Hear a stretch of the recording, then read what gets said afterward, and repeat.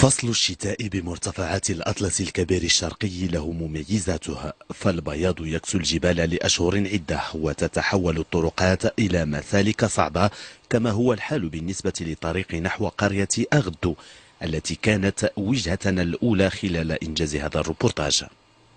في هذه النقطة انتهى مسيرنا نحو قرية أغدو التي تبعد بحوالي 10 كيلومترات. مسلك تضرر بالكامل بسبب الثلوج والتساقطات المطرية، ولنا أن نتصور إذن حال ساكنة محاصرة وسط العزلة. بعد ذلك توجهنا نحو قرية أنمزي التي لا تزال دورها طينية محاصرة بالثلوج.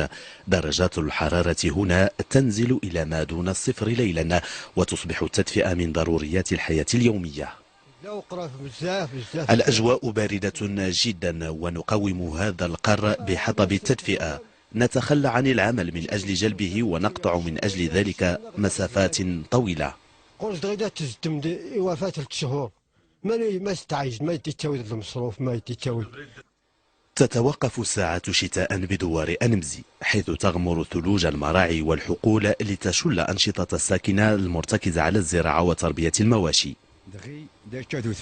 المنطقة معروفة بالتساقطات الثلجية، وفي هذه الفترة نتوقف عن العمل ونضطر للبقاء في منازلنا ل20 يوما أو أكثر، نعيش على ما توفر من زاد. هكذا تحكم الجغرافيا والمناخ في الأطلس الكبير على نمط عيش الساكنة، ساكنة فقيرة تقاوم العزلة والبرد في انتظار انقضاء فصل الشتاء مرادف المعاناة في هذه المرتفعات.